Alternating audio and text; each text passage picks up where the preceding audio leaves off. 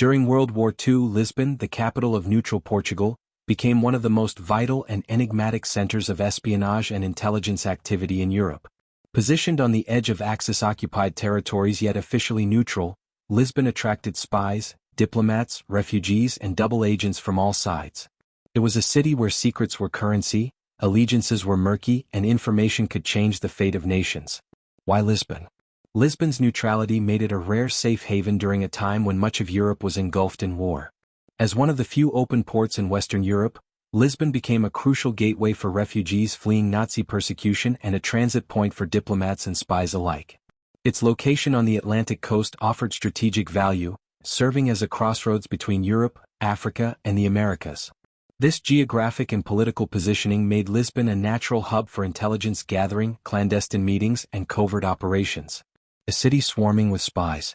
Throughout the war, Lisbon was teeming with spies from the Allied powers, Britain, the United States and their allies, Axis nations, Germany, Italy and their collaborators, and neutral countries.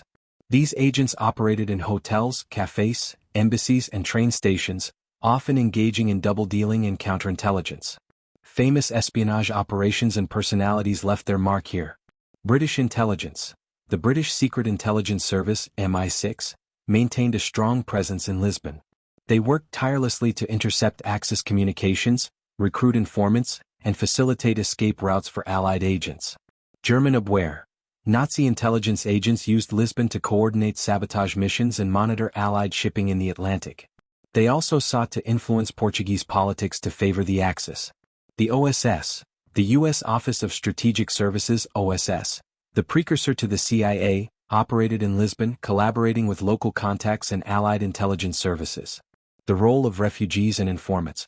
The city's role as a refugee hub added complexity and opportunity to espionage.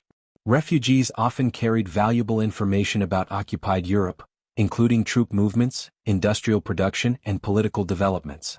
Many refugees, including Jews, anti-fascists, and political dissidents, became informants or agents for Allied intelligence. Their knowledge and connections proved invaluable for planning Allied operations. Clandestine communications and codes. Lisbon was a hotbed for secret communication. Coded radio transmissions, encrypted messages, and covert courier routes were commonplace. Intelligence services used the city as a relay point for passing information between Europe and the Americas. Portugal's relative openness allowed for sophisticated operations, including the interception of Axis communications and the transmission of Allied plans, which could alter the course of battles. Espionage and diplomacy intertwined. Diplomatic missions in Lisbon doubled as intelligence outposts.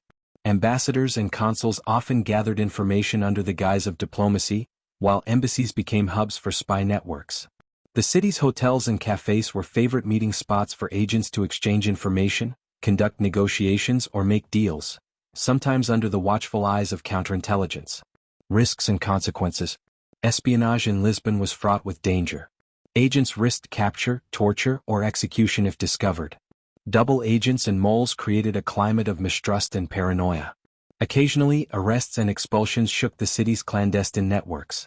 Nevertheless, intelligence operations in Lisbon contributed significantly to the Allied war effort, including the protection of Atlantic shipping lanes, the planning of D-Day, and the monitoring of Axis activities.